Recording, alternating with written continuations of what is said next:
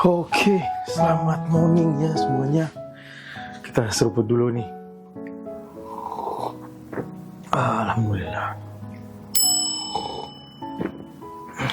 Oke, jadi ada yang bilang kerja di storeroom itu lebih berat daripada kerja di departemen lain. Kenapa? Ya karena di storeroom itu kita selain kerja sama benda mati, kita juga berhubungan dengan manusia ya. Ya kalau bukan manusia siapa lagi kan? Jadi ya itu, karena kita berhubungan dengan manusia tadi, karakternya kan beda-beda. Beda sama kalau mungkin tamu lebih ribet ya, tapi di sini juga sama ribetnya. Karena ya itu dia, karakter orang yang beda-beda, mulai dari yang gampang dikasih tahu sampai yang ngeyelnya minta ampun.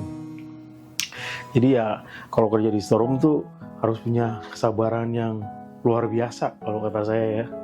Kalau saya yang kesabarannya tipis, waduh ini bisa darah tinggian terus setiap hari, karena setiap orang kan ya itu tadi saya bilang karena beda-beda ya. Ada yang gampang dikasih tahu, ada yang susah banget dikasih tahu, dijelasin berkali-kali tetap aja setiap hari sama. Jadi contohnya nih ya, misalnya kita kan ngeluarin makanan tuh setiap hari ya. Kalau minuman sih nggak ada masalah karena kita punya checker yang selalu ngecek setiap pagi sebelum barang keluar dari storeroom kan. Nah yang jadi masalah tuh kalau malam, kalau pas kita ngisu makanan. Jadi itu karena checkernya tuh sebenarnya sih dibilang ada checker juga, dibilang juga enggak, bisa dibilang enggak ya.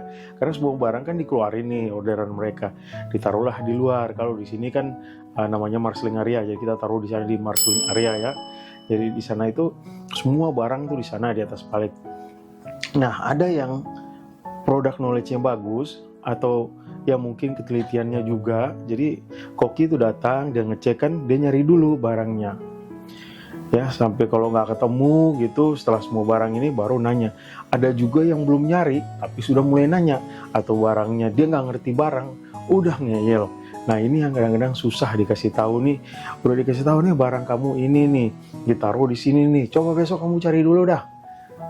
Tetap aja nanti balik lagi.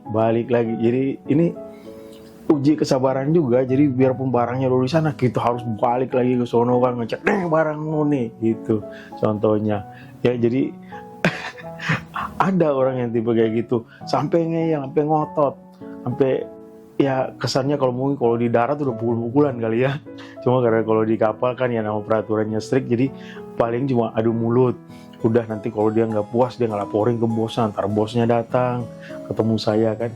Nah itu, jadi kalau yang ribetnya di storeroom tuh ya itu pada saat kita ketemu orang-orang yang ngeyel, yang nggak mau nyari dulu tapi udah komplain duluan. Terus jeleknya lagi, nah misalnya nih ada yang order mayones nih contohnya nih. Nah mayonesnya dia butuhnya 2, tapi sama chef kan tiba-tiba dipotong jadi 1.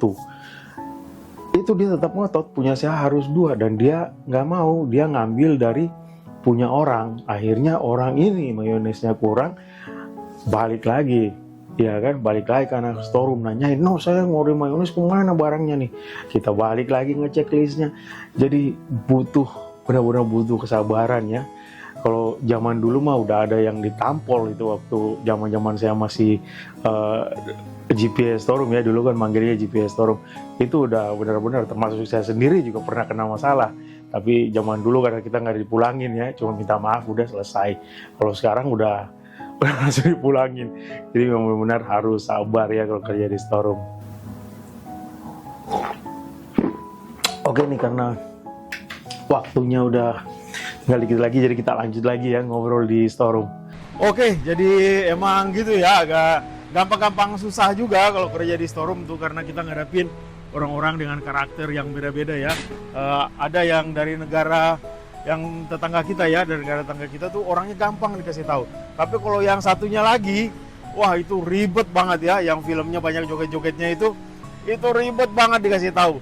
Sampai ngotot kadang-kadang kayaknya rasanya pingin gebukin aja, tapi ya sudah, ini hanya kerjaan.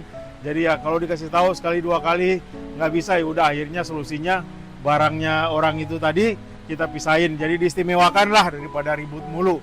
Oke, jadi seperti itu ya kehidupan kita di storeroom. Jadi kalau yang bagi pemula nih ya, harus banyak-banyak sabar, banyak-banyak istighfar ya, karena kita ngadapin orang dengan berbagai macam ya karakter dan tabiatnya di sini. Jadi kita harus banyak sabar, banyakin istighfar ya. Oke, kira-kira segitu dulu ya. Video kita pagi ini. Akhirnya thanks for watching. Sampai ketemu di video selanjutnya. Ciao.